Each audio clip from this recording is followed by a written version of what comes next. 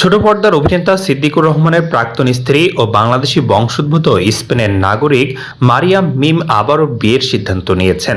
2012 সালে সিদ্দিকের সঙ্গে বিবাহ বন্ধনে আবদ্ধ হন মিম। 1 বছর পর তাদের সংসারে আসে পুত্র সন্তান আরশ হোসেন। তবে 2018 সালে বিনোদন জগতে কাজ করার ইচ্ছা থেকে শুরু হওয়া মতবিরোধ একসময় গড়ায় বিচ্ছেদে, যা সম্পন্ন হয় 2019 সালে। বিচ্ছেদের 6 বছর পর নতুন সম্পর্কে জড়িয়েছে এই মডেল ও অভিনেত্রী।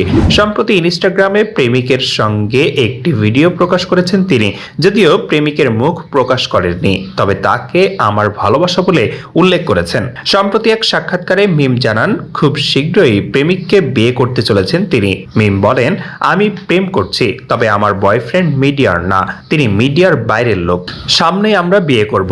সাবেক স্বামী সিদ্দিক প্রসঙ্গে স্পষ্ট অবস্থান নেন মিম। তিনি বলেন, সিদ্দিক তো আমার প্রাক্তন, ডিভোর্স হয়ে গেলে তার সঙ্গে দেখা করাও পাপ। তিনি আমার জন্য এমন একজন পুরুষ যার সঙ্গে দেখা করাটাও পাপ। প্লিজ সিদ্দিককে জামাই বানাই দিবেন না।